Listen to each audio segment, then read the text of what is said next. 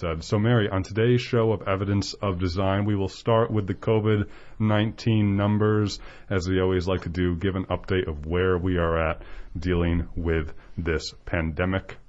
And also, for the feature of today's show, we will be covering diversity, inclusion, and equity in the food industry.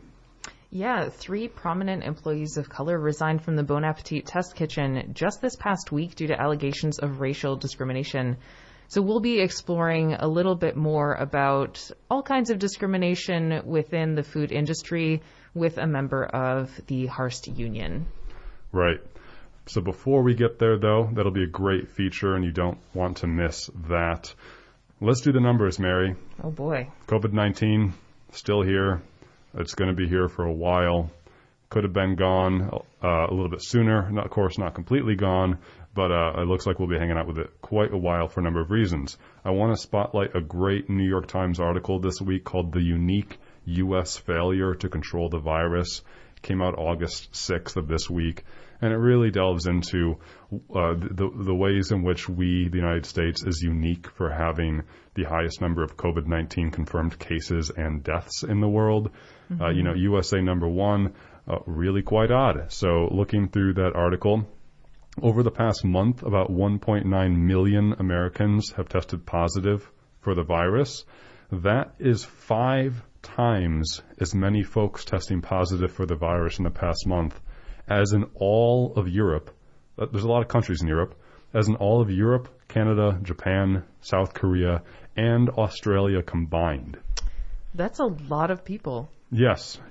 So, USA number 1, pretty great stuff. And the reason why, the New York Times, through its research and reporting, found that the U.S. has had such a poor response to the virus and why we have so many cases and deaths here are a number of reasons. One, we lacked effective travel restrictions. Ironically, Donald Trump had his sort of ban on travel from China way back in January, and that was actually, in hindsight, a great thing that Trump did.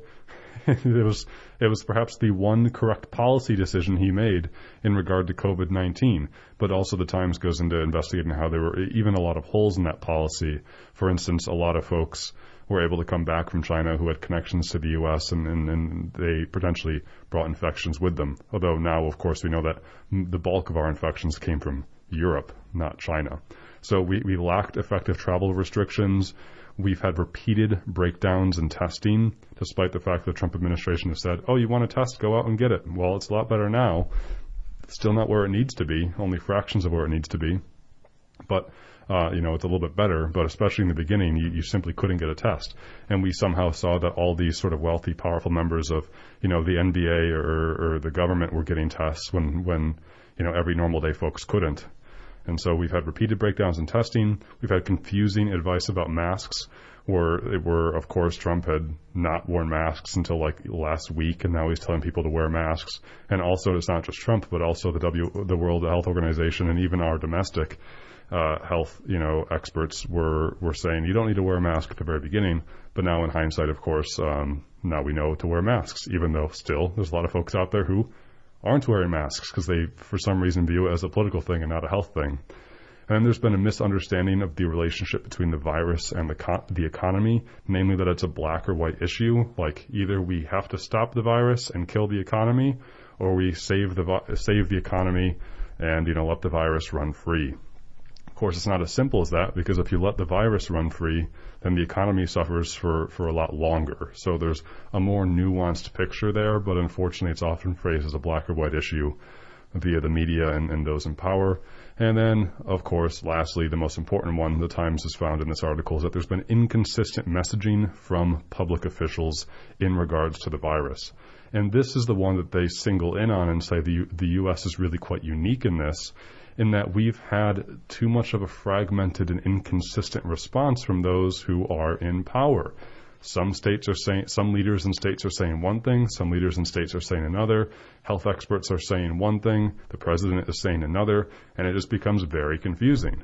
Fox News is saying one thing, MSNBC is saying another, And there's no sort of national unity when it comes to how to deal with a public health crisis. And you know what? We have the institutions already to do this, which is the really funny thing, is that we as taxpayers in the most wealthy and powerful country in the history of the world has the institutions. Indeed, we've invented many of the institutions to respond to public health crises and emergencies. We've had the people in this country who've invented the procedures to contact trace and all the rest of it, and that we've sort of chosen not to do it. So it's really quite unfortunate and confusing, and it's one of the biggest disasters in recent American history, in my opinion. And it's been forecasted this week that 300,000 Americans will die from the virus by the end of the year. By the end of 2020. Right. Yeah. So we will. Right now, there's around 140 or so thousand deaths. So in the next, I thought there was more than that. Actually, I thought it was already 160,000 or something. I thought it was already above 150 last week when we were reporting. Yeah. Basically, we'll be doubling the amount of deaths that we've already had in the next 4 or 5 months, which is astounding and really sad and scary. So, I'm sort of angry right now because I think we should be angry, and it's sort of. It pales beyond comparison, and there's no excuse and there's no reason to forgive the administration, the Trump administration, for its failure to react to this. Indeed, they were the ones sowing the seeds of destruction and misinformation, and it's really unfortunate. And we cannot forgive them, even if now they say, "Oh, please wear masks." It's too late for that, and it's really quite sad. So COVID-19 continues to spread. We'll continue to cover it every week as updates come in. But what we can do, even if those in power aren't doing it for us, at least, some folks in power aren't doing it for us, we can still do our part. And we actually, as the individual actors, play a really, really important role. So we can still practice physical distancing. We can still continue to wear masks. And we can still continue to be empathetic towards one another and give people more flexibility in terms of their working hours, in terms of their working conditions, in terms of their social conditions, and try to be more empathetic and build structures that allow people to live their lives more safely, such as providing universal health care for everyone, and more freely, such as giving people, equitable pay and, and equitable forms of transportation and so on and so forth. So a lot of things that can come out of this that we as individual actors can do: physical distancing, wearing a mask, and practicing empathy. That sounds like a great list of things to be doing all the time. I mean, maybe not always wearing a mask, but practicing empathy, giving people space and respect seems like a really good place to start. Yeah, indeed. Well, because we are live on Saturday, August 8th, 2020, we want to remind you that you can call into the studio at 585-219-8889. That's 585-219-8889. For the rest of the hour, we will be talking about diversity, equity, and inclusion in the food industry, and also at larger the health and wellness industry too. So we will, after a very short break, be talking with June Xie, a member of said industry who works in New York City in the food industry, making making food and making content about food, and she'll share her experiences working in the food industry. And Mary will provide some more context too about recent events in regards to Bon Appetit, but other institutions that have been, allegations have come out, and really proof has come out that the food industry is not really at all the best place. It's not been the most inclusive place for people of color in terms of pay and hiring conditions, and sort of just having more fair work conditions. So we will get right back to that after a short break here on 100.9 FM WXIR. Stay tuned.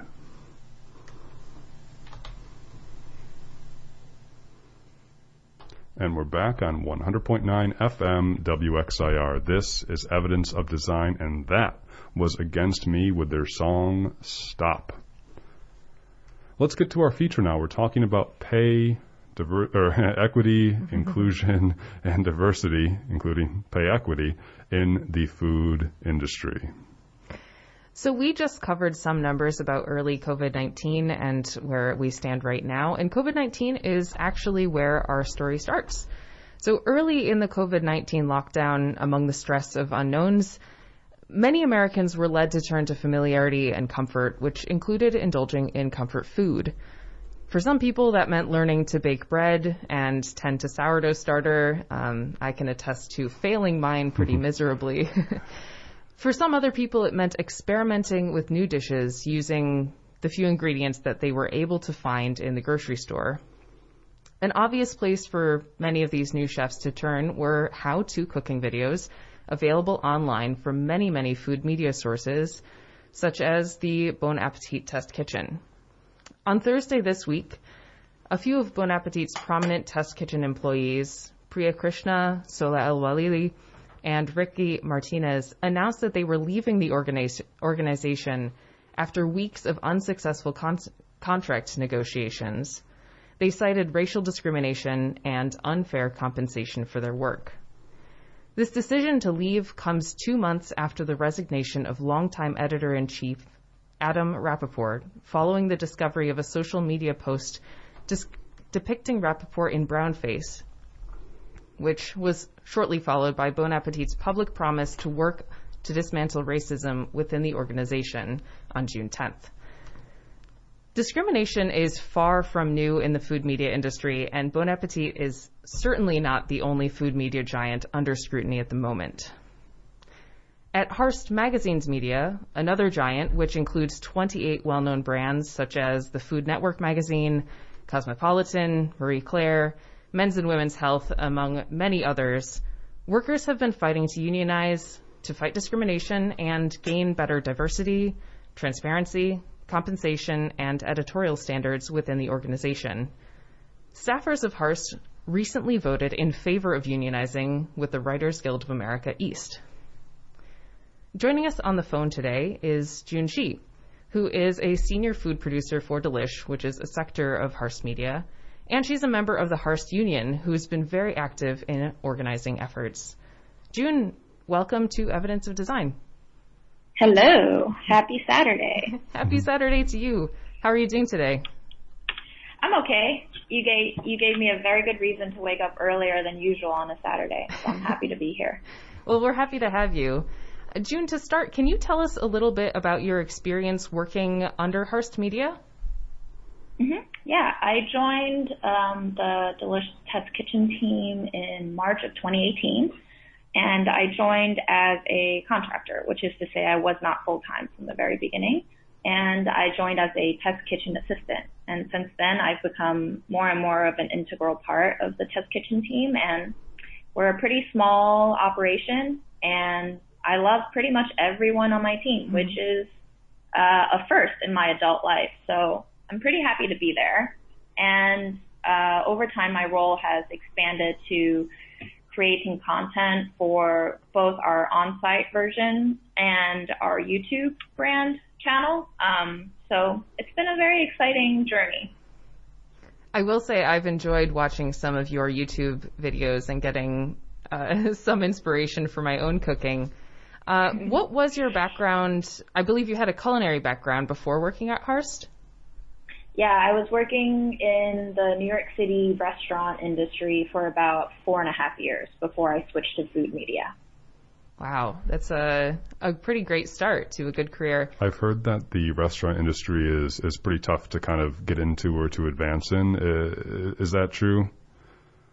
I don't think that's true. I think that's a myth. At least in New York City where, before COVID, we had a plethora of restaurants, and restaurants work on very cheap labor. So they constantly need cooks because the turnover in the industry is extremely high. And I had no culinary school education under my belt when I joined because I had just graduated from college. I taught abroad in China for a year. I came back with basically almost no money in the bank. Mm-hmm. And I wanted to test out several possibilities, one of which was food. So I wanted to go work in a restaurant, and I did not want to sink more money into school. So I just started looking up listings. And I went on a few interviews and trails and finally landed a job, and didn't pay great, but I wanted to work in food. So I took a job, and that's how I got into the food industry. And is there room for improvement or advancement in the field? I'm not familiar with the industry, but in terms of kind of like finding a career, however one defines that, have you found that you've been able to find opportunities to grow and promote yourself? I mean, definitely. I feel like there are restaurants who treat their employees better than others, and I feel like there are restaurants with various cultures. Some have more of like a standard kind of military structure set in where, you start at the bottom of the ladder and you work your way up. Some people have the kind of rags to riches story where they start as a dishwasher and then 10 years later they're a world-renowned chef. So there's definitely room for climbing that ladder if you're interested in continuing that lifestyle. That being said, the lifestyle of working in a restaurant is really difficult. A lot of chefs, even when they quote unquote make it, I think trade off a huge section of their private lives to devote to the restaurant life. So it does create a very tense personal realm of sorts where you don't feel like you can ever let go of your job, even on your days off, if you have days off. Mm. I think that ties in a little bit to my next question, which is about whether you've experienced or witnessed discrimination in your line of work. And this can be ranging from your restaurant experience into your experience now in food media. I mean, I think in every industry there has to be discrimination of all sorts. And it's funny because I feel like I have definitely witnessed discrimination, but it's become so integrated into the experience of working in restaurants that you don't label it anymore as, oh, that's offensive or, oh, that's unacceptable. And I think over time, I kind of just became numb to it and complicit to it, where I was like, oh, he made that comment about me being a woman, but, let me just laugh it off because it's not that serious and it's just the way people joke around here. So it's always a fine line, right, between what is a joke and what is offensive and what is hurtful. Mm-hmm. But definitely, I mean, discrimination in terms of discriminating against color or gender or just income level too. I remember one of my first jobs in the restaurant industry as a cook who was hired at $10 an hour, the minimum wage at that time. I was required to bring in my own set of tools that totaled over about $200. So without even having gotten my first paycheck, I was responsible for bringing a list of tools that was like 1.5 pages long. And I thought that was kind of ridiculous. So yeah, I hadn't heard that discrimination, before. Discrimination is everywhere. Gender, I've definitely had remarks about, like sex-related jokes, gender-related jokes. They just get kind of tossed around. So at what point do I take it personally? I don't know. It's been a lot of instances where I just don't even know if I should pay any mind to it anymore. Sure. Have you seen any changes in the time that you've been part of the food industry? I think around my last couple of years in the food industry, the Me Too movement came out, and all of a sudden people tensed up, and all of a sudden people became aware of the fact that, oh, you can't just come around and, hug that cook around the shoulder because it might make them uncomfortable or it might be inappropriate. And I felt the culture shift a little bit where people caught themselves before they made another joke. So I think all of these Me Too movements, all of the Black Lives Matter movements have done something to make us more aware of the issues. I'm not sure if practices inside the minds of individuals have changed, but we're starting to actually think about the issues. So that's a step forward. This is really interesting, June, to hear you talk about this sort of internalization of inappropriate work conduct, such as unwanted and really inappropriate sexual comments or comments about race. And then you're also talking about more institutional inequity, such as in pay. Now, it just reminds me back to kind of when like the Access Hollywood tape was released that exposed Donald Trump bragging about sexual assault against women, and a lot of defenders of Trump came out in the media after that and said, oh, it's just locker room banter. I can think of stories my friends have told me who work in other industries who have all sort of shared stories of, when the customer's in front of you or whatnot, you act one way, but at the moment they're gone, you act a different way.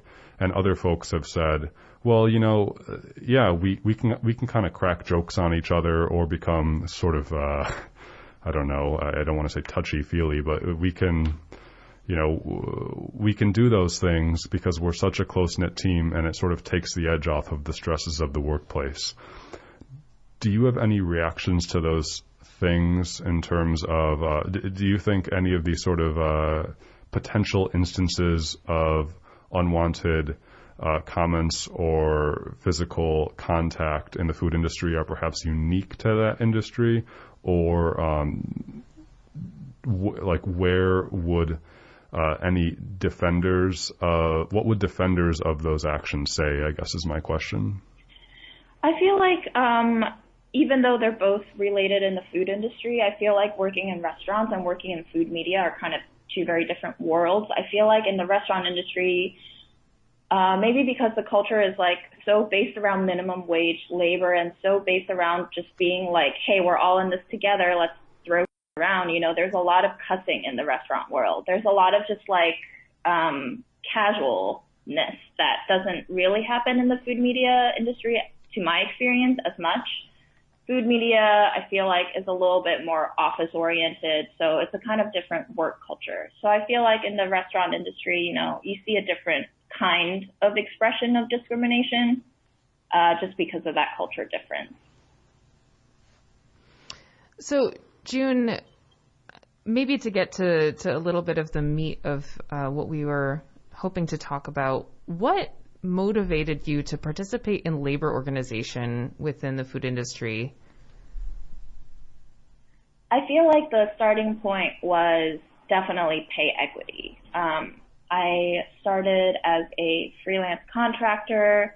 I was paid by the hour, and I was paid for the hours that I worked. When I got offered a full-time job, I was offered a salary that actually paid me a little bit less than, quite a bit less than my hourly wage as a freelancer. So something didn't quite click in my head there. And so I was very unsettled by that, and I didn't quite understand why I was kind of promoted but also demoted in a financial sense. And a couple of months later, a coworker reached out to me and said, hey, we're trying to get a union rolling. Are you interested? And I said, yep, I'm interested. Sign me up. And I've never participated in a union labor movement before, so it's been a very interesting learning experience. And it's been very inspirational to come along this journey with the rest of the union. What are some of the things that you've learned along the way? I feel like there's a lot of issues that are embedded deeply in the culture of corporations, and I feel like people have come to accept certain inequalities and inequities as standard. And I think being part of a union gives you an opportunity to say, hey, this is what I'm experiencing. I don't feel so great about it. What's been your experience? And you'll find probably that other people are experiencing the same exact thing that you are, albeit to a slightly different tune. And you gather together and you have that collective power of saying, hey, this is unacceptable, please change it.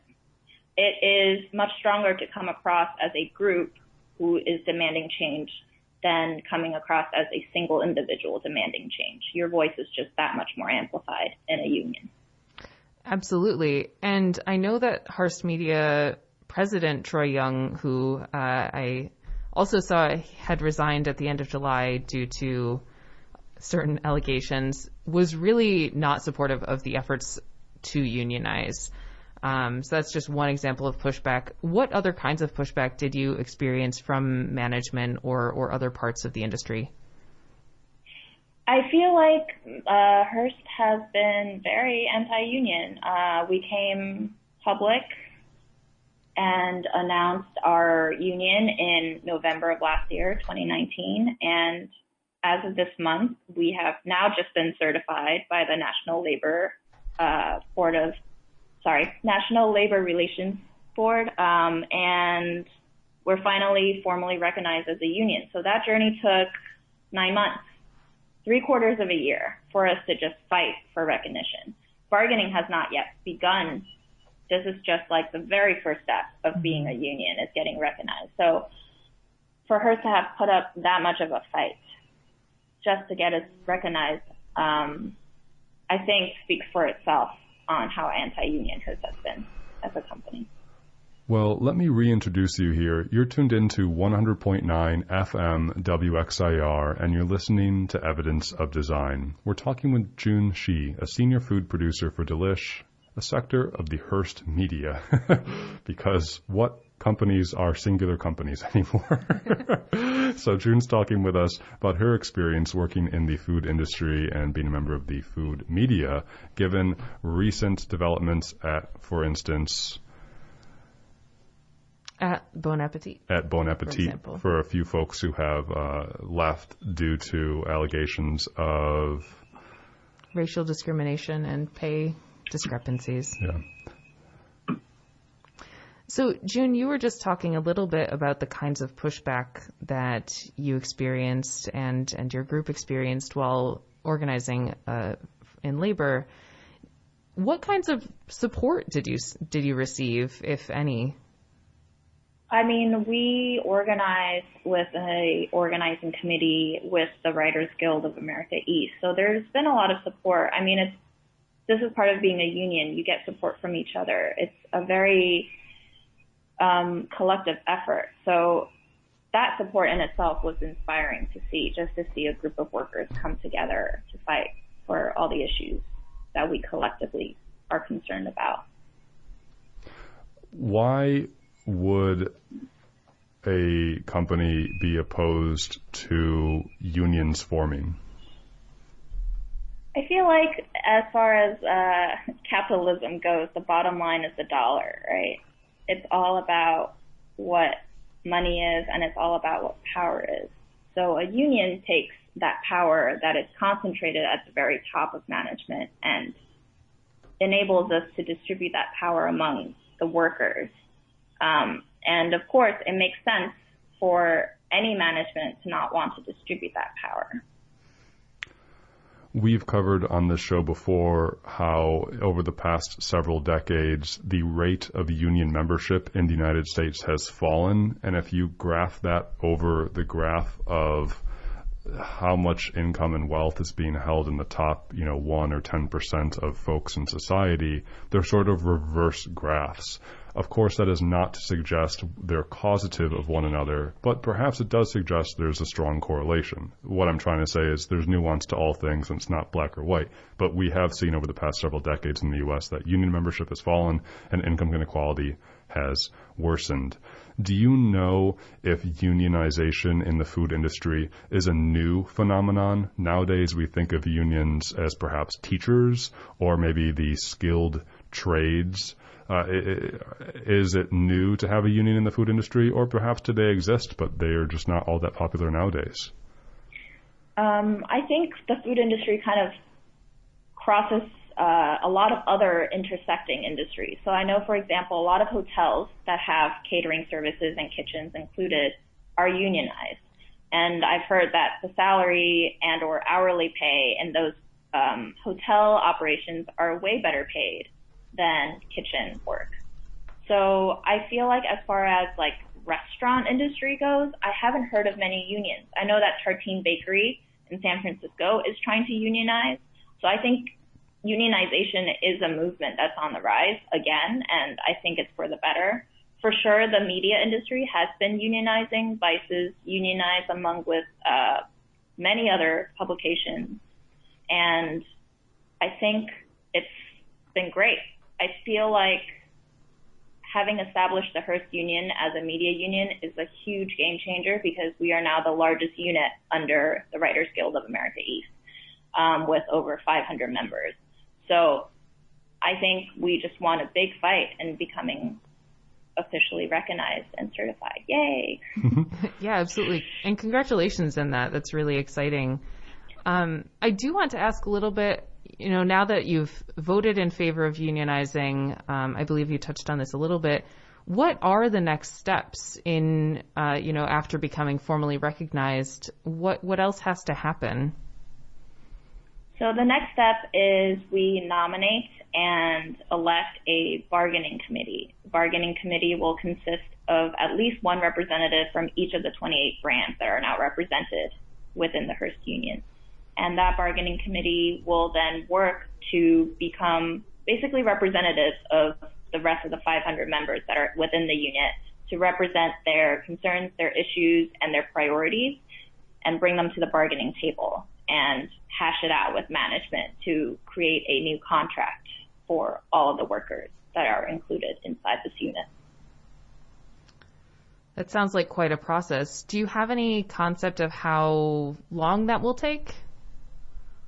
I think there's no definite time. It really depends on how much pushback we get at the negotiation table with management, and I think it also depends on how long we take to finalize our own vision of what our ideal contract is. We are a huge unit with 500 members, so there's bound to be some discussion over what we want to prioritize in this contract. Obviously, not everyone will get what they want, but hopefully it's a group effort and we will discuss all the issues.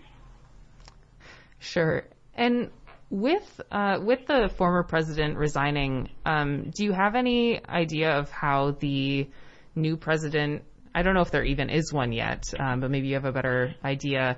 Do you have any inkling of how they're going to feel about unionizing, or, is it a group management is against unionizing thing, or is it generally led by the president?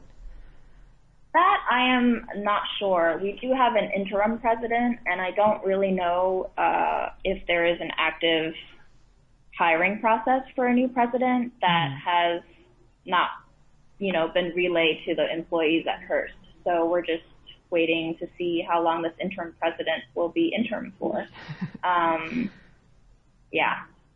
That is another thing too that we unionized around is transparency of what management plans to do with company policies and things like hiring a new president.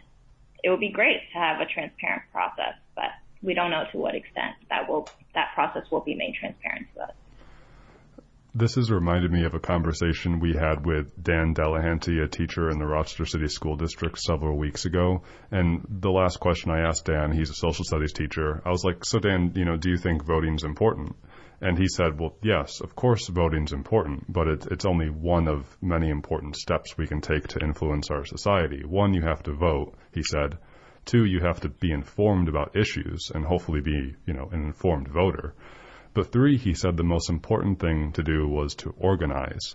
And that really stuck with me because I realized that I don't have a background in organizing. And indeed, I think, and I've sort of read about the fact that those in power have purposely tried to disinvest in the teaching of organizing politically in the United States. And organizing is sort of, taboo, and there's a lot of fear of retaliation. So I guess what I'm asking, June, you've done organizing, you're organizing labor.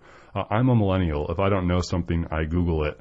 And so how do you start a union? Do you Google Union Handbook 101, or how does that process look?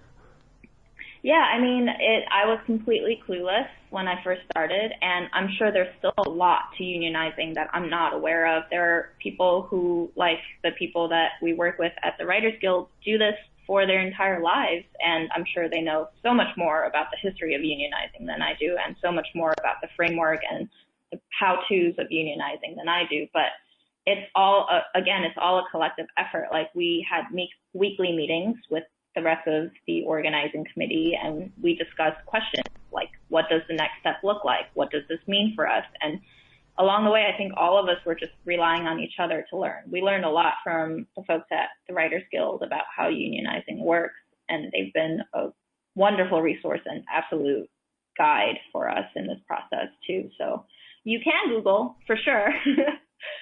Google is always there for you, but also we're here for each other to learn. So there are people with more experience who are always ready to share their knowledge with us. Well, you're tuned in to 100.9 FM WXIR in Rochester. You're listening to Evidence of Design, and we're talking with June Xie, a senior food producer at Delish. If you have a question for June, you can call in at 585-219-8889. Again, that's 585-219-8889. June, I have a couple more questions related to unionizing, and then we do want to hear a little bit about your maybe more specific kitchen experience. I love to cook, so I'm really curious as to what you've been up to. But one question I have about the union is, why did you choose to go with a media union instead of a food union? I think this is a little related to what Jason was asking earlier. It wasn't a personal decision. It was more of just my coworker saying, hey, this union is happening. Do you want to be part of it? And me saying, yes, I absolutely do want to be part of it. Delish is a food brand, but we are a media brand too. And we're owned by Hearst, which is a media brand. So this is a big media union. Okay.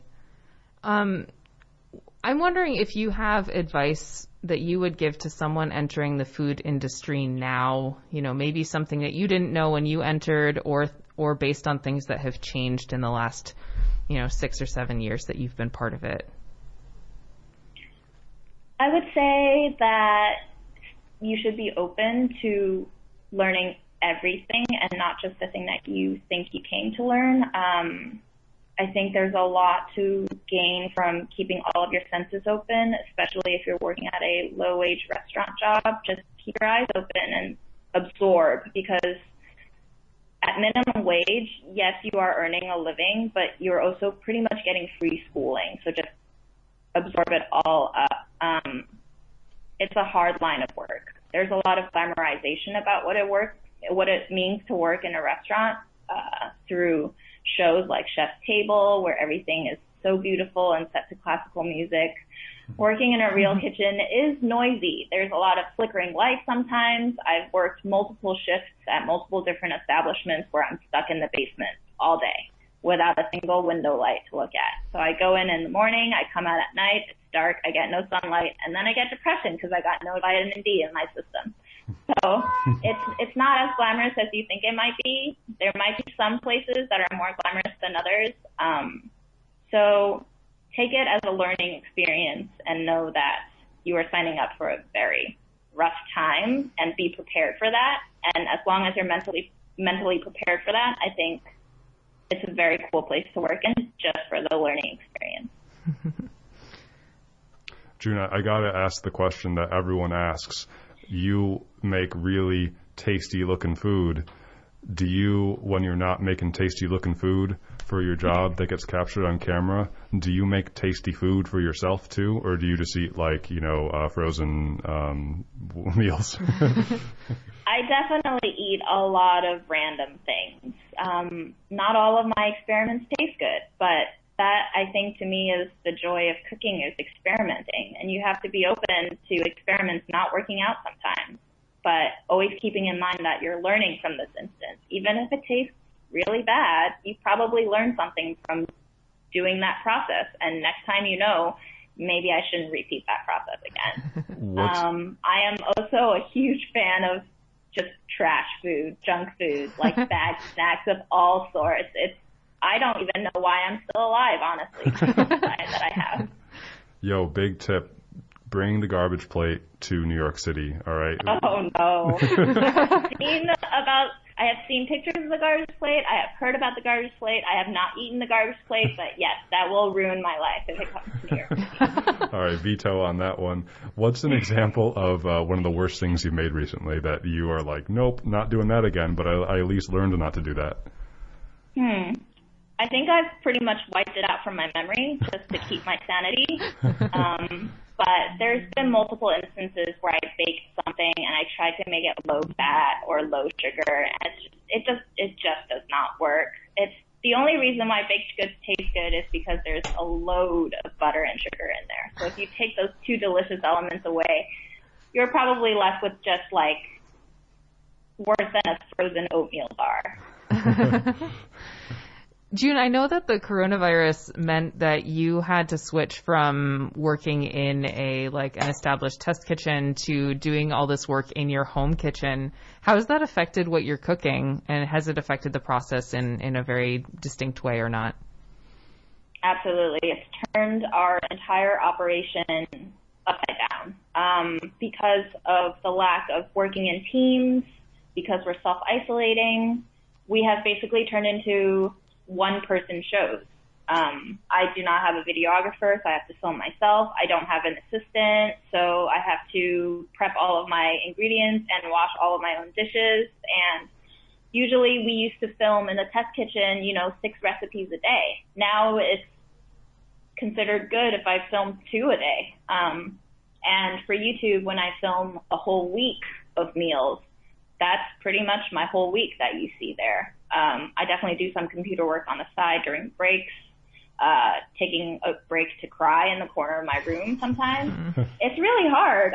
You never really think about what it means to do 3 people's jobs simultaneously. And I think, staying home during the pandemic has showed me exactly what I'm capable of, but also showed me that, man, these jobs are hard, and it makes me more grateful for everyone who was working in a team structure, how much we supported each other. So I miss the test kitchen so much, and I miss my team so much, and I miss my sanity so much. As Mary mentioned at the start, a lot of people have been turning to food bloggers, food producers, food videographers, and just cooking in general, because a lot of folks hopefully have had more free time, at least during COVID, or more time at home to cook. And I guess I'm saying, I wonder if what your impact has been on folks being a member of the food media. Have you sort of had stories from folks about a positive experience that you've made for them? Yeah, I've had a lot of viewers and readers reach out to me on Instagram saying, hey, here's a photo of bread, your recipe, your brioche recipe. Like, I baked this. It was my first time baking. Thank you so much. I've also had people reach out to me with a picture of a bowl of melting dough, asking, oh my gosh, please help. What is wrong? I'm trying to make this. Can I save this? And sometimes I'm up at 2 a.m. typing out to people how to take care of your sourdough starter. So it's a crazy time. People from all over the world reach out, which I think is really amazing, because even though we're so isolated from everyone, we've kind of all congregated over the internet now, and we're trying to find a new sense of community through this Ethernet of sorts. It's a whole new world. Yeah. Can you share with us some of the things that you're working on in the upcoming weeks, if they're not secret? I have an episode coming out. It's a new concept. It's a new show, and it's about me going out to my local grocery store, picking out a ingredient or a produce that I've never cooked with before, and seeing what it's like to cook for it for the first time ever. So I'm pretty excited about that show, and I'm really excited to explore new ingredients, and also to show people that I am not a encyclopedia of food knowledge, that there are things that I don't know, and I'm going to mess up. And sometimes it's just fun to see someone mess up, Definitely. I mean, I think that there are entire shows based on that specifically. I Nailed It or something along those lines. I'm wondering, is this show inspired by the food shortages at all and having to cook with new things, or is it a concept that came from somewhere else? I had a friend who said, hey, I have all these produce that are at my store that I never know how to cook. So he said that maybe a year back. And now that we're working from home, we've had to sift through all these ideas that was not taken up when we were still working in the office. But now that we're individually filming at our own place, they've become more manageable or more desirable, I guess, in a way. Mm-hmm. It's also been influenced by the fact that, my partner and I, Aaron, we travel sometimes to faraway countries just for the food, and now we don't get to travel anywhere because we have to stay exactly where we are. And it's a way of reaching out of our normal, monotonous life to bring something new into it. If we can't go to the food, maybe pieces of the food from elsewhere can come to us, and maybe we can play with it. Have some fun. I have some more ideas for you, June. You vetoed the garbage plate, but maybe this already exists, but I've always had an idea. So Mary is a phenomenal cook, and I'm like fine, like it's not that I don't just pour a bowl of cereal, but I can cook and it's all right. But she's much better. So I was gonna do cooking with Mary and Jason, where we'll make the same exact recipe. But then, we'll film it throughout. We'll kind of juxtapose it, and Mary's kitchen will always be kind of orderly, and in mine there will be a few things on fire, but not horribly. And then we'll sort of have photos at the end of our creation that we've made. It'll be the same recipe, and then we'll feed it to sort of a blind panel of people. They won't know which one's which, and see which one's better. And I just wanted to throw that out there, and maybe you could find someone who's at a different culinary level than you are. What do you think? Yeah, I love that idea, and I will be one of the first people to click on that video when it goes live on YouTube. Please make it happen. We've done similar sorts of things. I mean, like Bon Appetit had a back-to-back chef series where they would invite a celebrity on, and they would cook with Carla, and that was one of my favorite shows to watch. So I think it's a great concept. I think as far as Delish goes, we did a cheesecake challenge over Zoom where I read aloud the ingredients and the procedure to Julia, Tess, and Chelsea, and they all tried to make their own version of the same cheesecake recipe, and lo and behold, it all came out beautifully, which kind of bummed me out because I was waiting for one of them to fail miserably, crash and burn, but it didn't happen, so... I guess having the instructions helped. Yeah. All right. Well, June, we are coming short on time here. We really, really appreciate you joining us for most of this hour. And I'm wondering if you just have any last comments that you want to share, either about the food industry at large or your experience cooking. We've covered a lot of things this hour. Yeah. I mean, I think first and foremost, food should be nourishment, food should be fun, and food should not be stressful, but unfortunately for a lot of people, it can be a stressful experience, just even accessing that food. But I hope that to those of us who have access to food, that you don't shy away from experimenting with food and that you have fun playing with it. And recently I've come to the idea that recipes aren't really that important. Sometimes you just got to cook what you feel like cooking, and you cook it and you eat it and you sit down with it and you be thankful for it. It's really the simple things in life. Sometimes all I want is a bowl of oatmeal. You don't need a fantastic recipe for a bowl of oatmeal. Mm-hmm. So food is food at the end of the day. Do you want to share where folks can check out your work? Yeah, you can find me on the Delish YouTube channel, and hopefully I'll bring some wacky recipe ideas to you soon. Or you can watch me crash and burn on film. Well, we really look forward to seeing your next experiments, as well as seeing where the Hearst Union goes. So, June, thank you again so much for joining us on Evidence of Design. Thank you so much for having me. Thanks. Bye-bye. Bye. Again, that was June Xie, a senior food producer for Delish, a sector of the Hearst Media. Thanks for joining us, June, and we hope that you have your stomach rumbling by now. If not, my stomach's always rumbling at this point. I kind of eat 8 times a day, just kind of graze every now and then, and so I'm definitely ready to go. But we do have to wrap up our show for today on 100.9 FM WXIR. This was Evidence of Design, and we are live for you on Saturdays from 11 a.m. to 12 p.m.